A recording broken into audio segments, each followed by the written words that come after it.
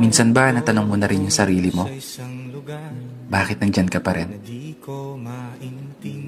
Bakit nandito pa rin ako sa sitwasyon na pakiramdam ko wala pa rin akong nararating?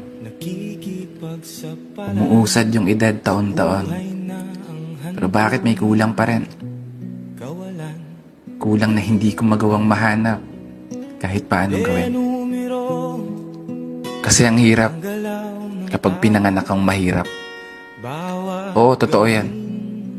Kasi dagdag hamon sa'yo kung paano mo babaguhin ang kapalarang inilaan. Sitwasyon na kinasanayan. Buhay na kinamulatan.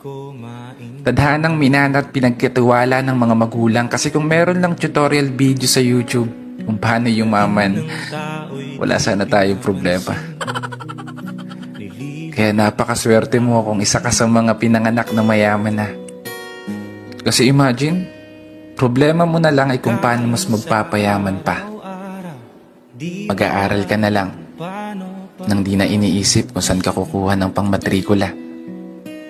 Samantalang pag mahirap ka, paiyakan pa bago ka makahawak ng diploma. Pahirapan pa makahanap ng trabaho. Higaya ng mayaman, imamanahin kang negosyo.